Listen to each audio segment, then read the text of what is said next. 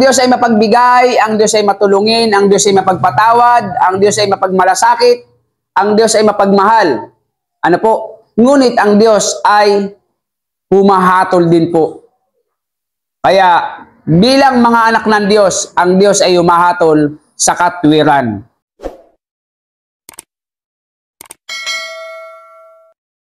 Magandang umaga po sa inyong lahat. At lalo tigit po sa ating Panginoon. Tayo po ay mag-aaral muli ng salita po ng ating Diyos. At upang tayo po ay muling lumakas ang ating mga espiritual na pangangatawan. At tayo po ay magpatuloy sa ating paglilingkod sa Panginoon.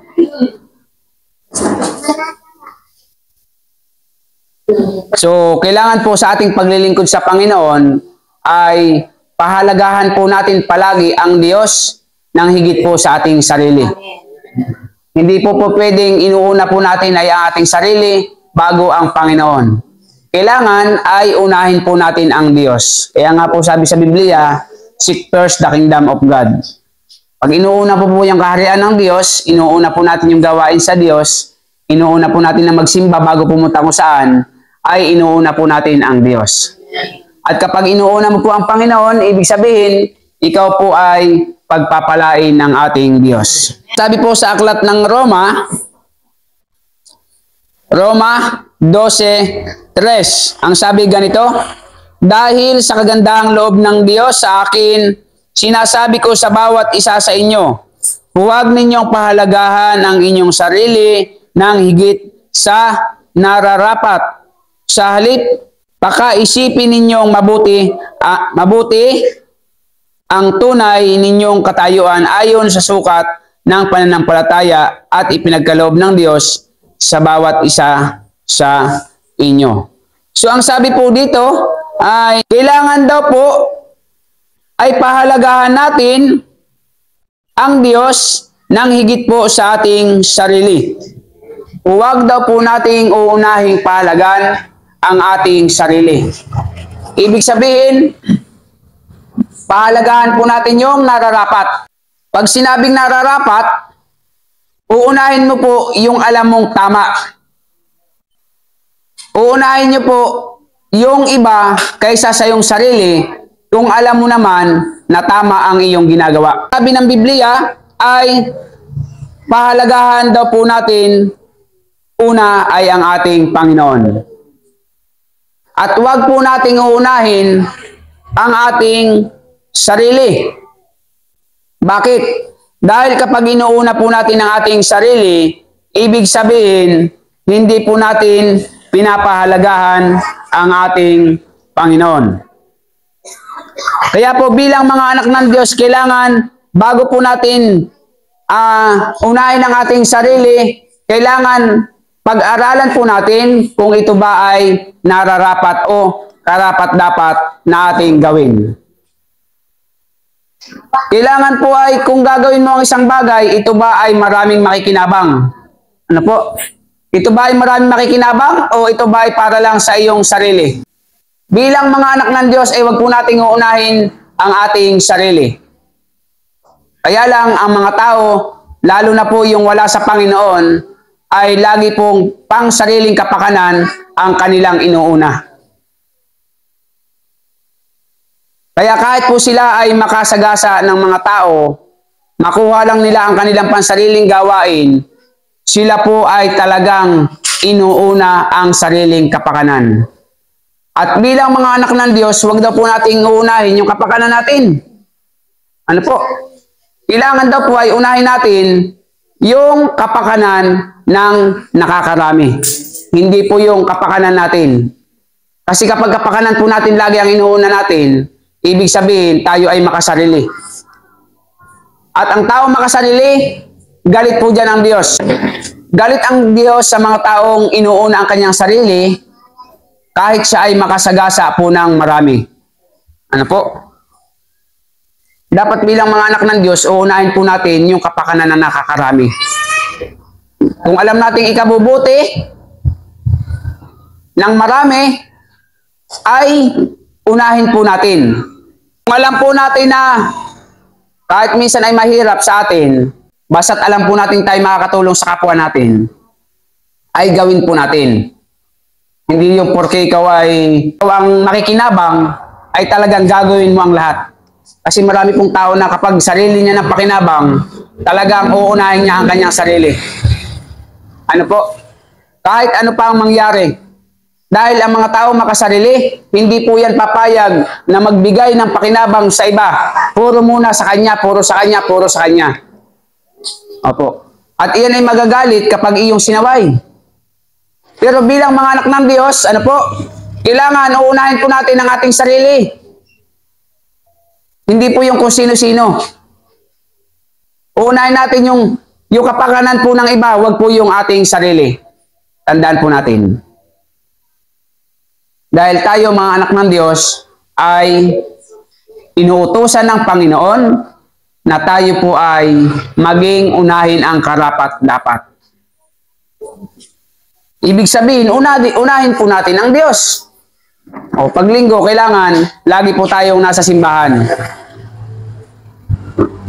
Uunahin natin ang ating Panginoon. Sa bawat gagawin po natin ay kailangan uunahin po natin ang Diyos. Huwag po ang ating sarili. Dahil pag sarili po natin ang ating inuna, ay magsisisilaan po tayo bandang huli. Kapag inuna mo ang iyong sarili, kabiguan po yan sa bandang huli. Dahil ang sabi ng Diyos ay, unahin muna natin ang Panginoon. Unahin natin ang kanyang kaharian. At ibibigay ng Diyos ang lahat ng ating kailangan. Kaya lang, inuuna natin yung kailangan natin bago ang Diyos ay. Ano po? Sobrang sipag. Halos di magpahinga. Wala namang panahon sa Diyos. O, ano ang nangyayari? Hanggang sa magkasakit, walang napapala. Di ba? Bakit? Dapat inuuna po natin ang Diyos. Hindi po kung ano-ano sa ating sarili. Dahil pag inuuna mo ang Diyos, ang sabi sa Bible, ibibigay ng Diyos ang lahat ng iyong kailangan. Yan po ang lagi nating pakatatandaan bilang mga anak ng Diyos. Ang sabi po sa aklat ng Filipos 2:4, pag malasakitan ninyo ang kapakanan ng iba, hindi lamang ang sa inyong sarili. Malinaw po ha, ang sabi sa Biblia, pag malasakitan ninyo ang kapakanan ng iba. Marami pong tao na bago po pag malasakitan ang kapakanan ng iba, ay sarili niya muna. Ang mga taong walang Diyos, hindi po yan nagmamalasakit sa kapakanan ng iba. Tandaan niyo po yan. At makamtan niya lamang yung kanyang sariling hangarin, lahat po ay gagawin yan. Kahit pa siya ay makapatay o makasagasa ng tao, makuha niya lamang yung sarili niyang hangarin, iyan po ay gagawin ng isang taong masama. Pero bilang mga anak ng Diyos, huwag daw po nating uunahin ang ating sarili. Bagkus ay pag malasakitan natin ang kapakanan ng iba.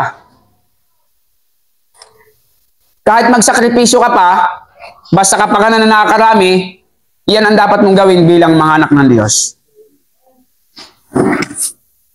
Kaya nga po sa aking pagtulong-tulong sa mga may problema, utos pala ng Diyos yun. Pag malasakitan ninyo ang kapakanan ng iba. Ano po? Kaya kung tutulong ka, isiguraduhin mo na ang tutulungan mo ay tama. Pero kung hindi naman tama, ay bakit ka tutulong? Baka tamaan ka din. Di po ba? Siguraduhin mo lang na ang pagtulong mo, ikaw ay nasa tama at ikaw ay nagmamalasakit.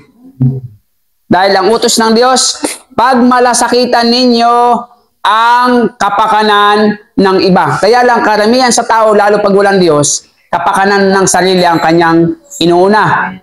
Ay, bakit ako tutulong dyan? Ano? Bakit ako tutulong dyan? Sa lagay ba na may ganun na lang? Diba? Bakit ako tutulong dyan? Anong mapapala ako dyan? Sa akin nga pagtulong-tulong, tinatanong nila sa akin ano daw ba napapala ako? Meron. Napapatunayan kung tayo ay tumutulong sa tama. Diba?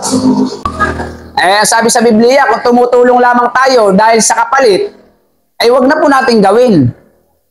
Bakit? Dahil kung tumutulong lamang tayo ng dahil may kapalit, hindi po yan ang gusto ng Diyos. Kaya napakahalaga po sa isang tao ang may Diyos sa kanyang sarili sapagat ito po ay may pagmamalasakit sa kanyang kapwa. Ang isang taong may Diyos, iyan po ay nagmamalasakit sa kanyang kapwa. Ang isang tao walang Diyos, iyan po ay walang malasakit sa kanyang kapwa. Ang isang taong walang Diyos, iyan po ay puro kanyang ang iniisip. Puro akin, puro akin, puro akin. Kahit hindi kanya inaangkin, bakit? Sakin. Oh. Bakit? Walang Diyos eh. Pero kapag ikaw ay nasa Panginoon, kailangan pagmalasakitan daw po natin ang ating kapwa. At unahin ang kapakanan ng iba. Ano po? At hindi lamang ang sa iyong sarili. Nawa ay magkaroon daw po tayo ng kaisipan na katulad ng kay Kristo. Ano ba ang kaisipan ng ating Panginoong Hesus nung siya nagkatawan lupa? Ano ba ang kapakanan ng Panginoon? Sarili niya muna. Bago ang iba. Di ba? Ang Diyos ay mapagbigay, ang Diyos ay matulungin, ang Diyos ay mapagpatawad, ang Diyos ay mapagmalasakit, ang Diyos ay mapagmahal. Ano po? Ngunit ang Diyos ay humahatol din po. Kaya bilang mga anak ng Diyos, ang Diyos ay humahatol sa katwiran. Kaya anuman ang ating pagkakamali sa lupang ito, tandaan natin may hatol na naghihintay sa Panginoon. Ngunit ang sinasabi ng Diyos, pagmalasakitan po natin ang ating kapwa, unahin sila bago ang iyong sarili. Napakahirap pong gawin yan, pero kapag ikaw ay may Diyos, magagawa mo po yan sa iyong sarili. Ibig sabihin, pag malasakitan mo ang iba, tumulong ka nang walang hinihinging kapalit. At kapag ginawa mo po yan, iyan po ang kagustuhan at kalooban po ng ating Diyos. At kapag sinusunod mo po ang ating Panginoon, ang Diyos po ay handang umalalay at handang tumulong sa bawat isa sa atin. Hindi po tayo bibiguin ng ating Panginoon. Kaya sa maikling mensahe po ng salita ng Diyos, uulitin ko po sa inyo, bago ang iyong sarili, ang iba muna. Bago mo gawin, ikagaganda ba ito ng nakakarami o para lang sa akin? Ganun lang po kasimple yun. Pag puro akin, hindi ka pagpapalain ng Diyos, sisiguraduhin ko po yan sa inyo. Pero kung ang uunahin mo ay bago ang iyong sarili, ang iyong kapwa, basta kapakanan ha, sabi sa Biblia, kapakanan ng kapwa mo, hindi sa ikapapahamak nila, ikaw po ay sasamahan ng ating Panginoon. Tayo tumayo, tayo manalangin. Panginoon, salamat po Diyos ng marami sa inyong mga biyaya at pag-iingat po sa bawat isa sa amin. Purihin po nawa o Diyos sa inyong dakilang pangalan, tayo nawa ang mataas sa aming buhay, tulungan niyo kami at ingatan na masunod po namin ang inyong kagustuhan, hindi lamang aming pang sarili ang aming unahin, kundi ang kapakanan po ng aming kapwa. Patawarin niyo kami sa aming lahat ng kasalanan, ingatan sa buong buhay namin, at sa isang linggong aming harapin, pagpalaan niyo kami at ingatan ang higit pa sa nakalipas na linggo. Sa inyo po lahat ng kapurihan, patawarin niyo kami sa aming kasalanan, sa pangalan ni Jesus. Amen.